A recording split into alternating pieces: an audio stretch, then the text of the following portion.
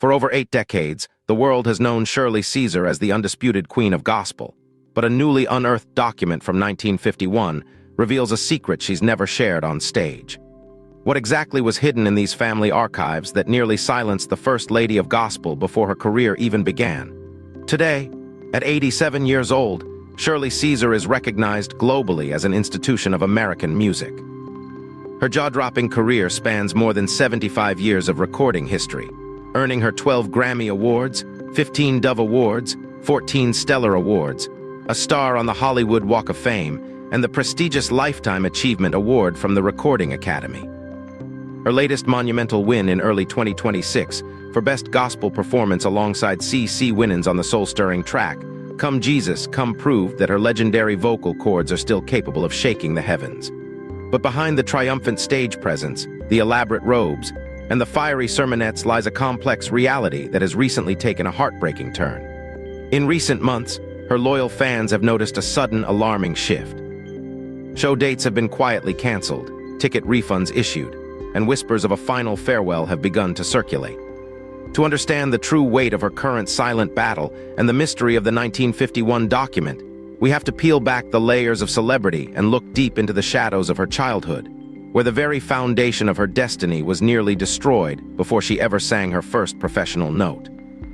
To comprehend the magnitude of Shirley Caesar's journey, one must understand the harsh reality of Durham, North Carolina, in the late 1930s and 1940s. Born on October 13, 1938, Shirley was the 10th of 13 children in a household that knew the crushing weight of systemic poverty and segregation.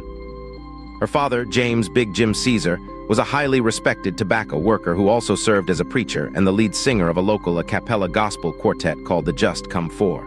He was a mountain of a man with a booming voice that could fill any church house, and he instilled in young Shirley a deep, burning passion for gospel music. But this happy childhood anchor was shattered when Shirley was only 7 years old. Her father suffered a catastrophic brain seizure.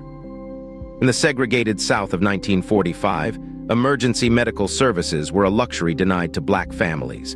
No ambulance would come to their home in Durham. Shirley had to watch in sheer, helpless terror as her older brothers laid her father's lifeless body on a wooden door slab to carry him out of the house. This devastating loss plunged the family into extreme financial peril. Her mother, Shirley Caesar, was a semi-invalid who suffered from severe physical disabilities, leaving her unable to work. Suddenly, the burden of feeding 13 mouths fell upon the children. Shirley, possessed of a voice far larger than her tiny frame, stepped forward.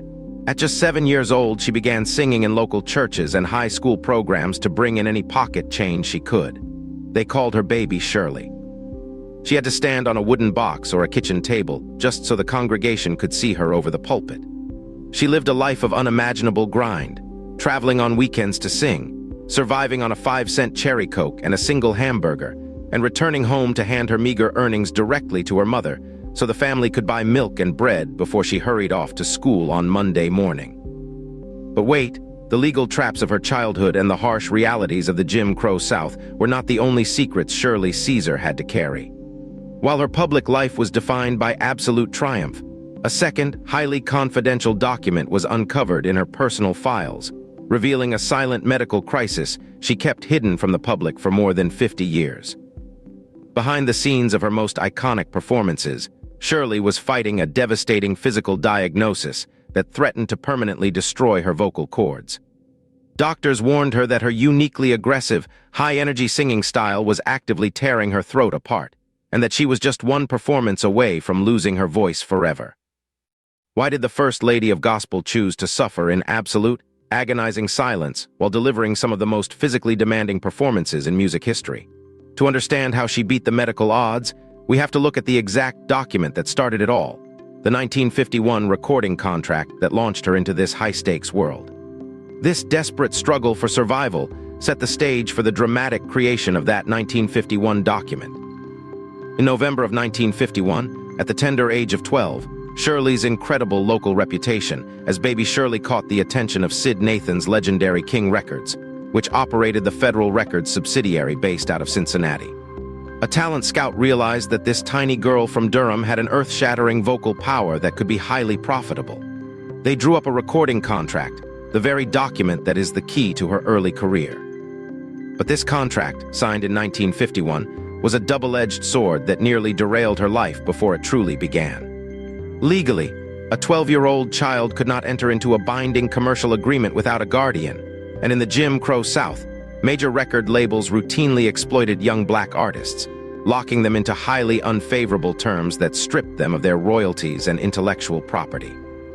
The label on her first 78 RPM record, featuring her debut tracks I'd Rather Have Jesus and I Know Jesus Will Save, condescendingly described her as a 12-year-old lass, even though she had actually just turned 13. This contract bound her to a relentless recording and touring schedule that forced her onto the road in an era of terrifying racial hostility. Shirley began traveling with a one-legged evangelist named Leroy Johnson, performing in rural churches throughout North and South Carolina. She was a child living in adult spaces, sleeping on the cold seats of commercial buses, wading through freezing nights in hostile bus terminals, and constantly navigating the threat of white supremacist violence. In 1954, while traveling to a performance in South Carolina, Shirley and her group were ambushed by a violent mob of white men who sought to beat them. She managed to escape by running into the dark woods, a harrowing experience that left deep emotional scars. The 1951 contract had thrust an innocent child into a meat grinder of commercial exploitation and physical danger, nearly silencing her voice out of sheer trauma and exhaustion before she could even reach adulthood. To fully appreciate the miracle of Shirley Caesar's vocal survival, one must understand the extreme physical demands of her unique style.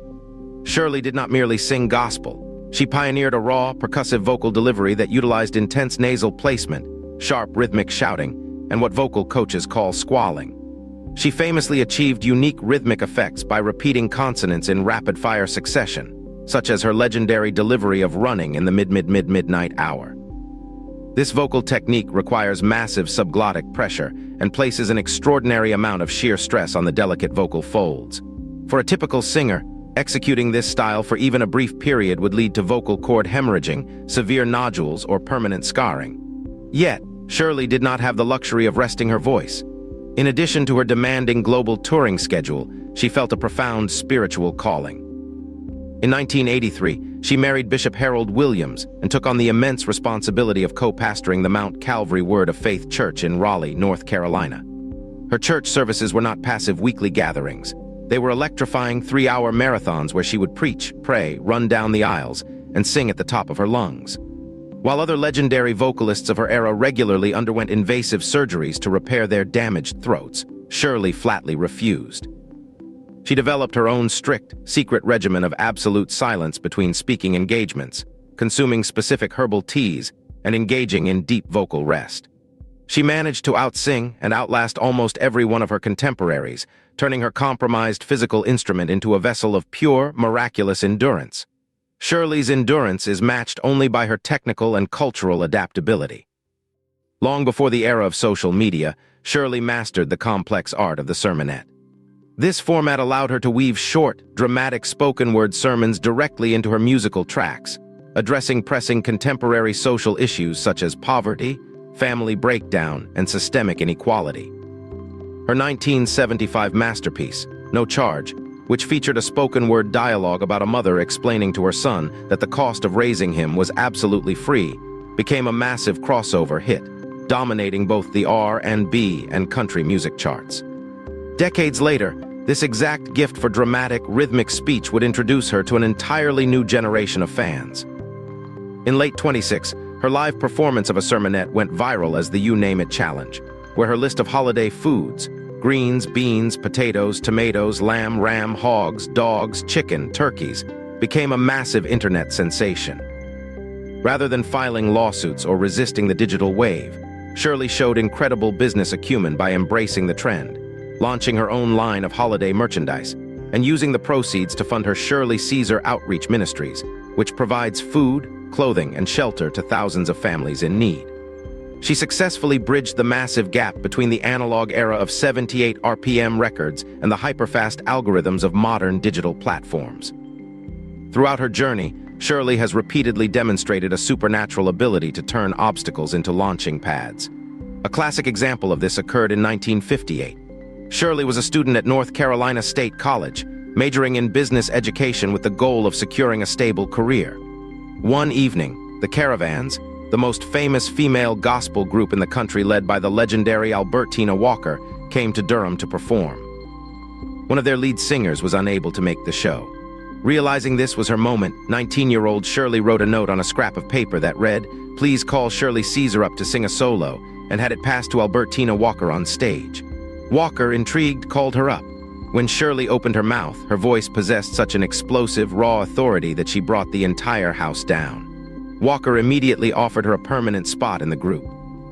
With her mother's blessing, Shirley left college and spent the next 8 years as the star soloist of the Caravans, learning the inner workings of the music industry and preparing herself to launch her historic solo career in 1966. It is this lifetime of pushing through brick walls that makes her recent health announcements in early 26 so incredibly poignant for her global audience. For a woman who spent 75 years refusing to slow down, her sudden absence from the pulpit and the stage signals the quiet arrival of a deeply personal transition. In the end, the newly uncovered details of her 1951 contract, her terrifying encounters in the Jim Crow South, and her silent physical battles do not diminish the icon of Shirley Caesar. They humanize her.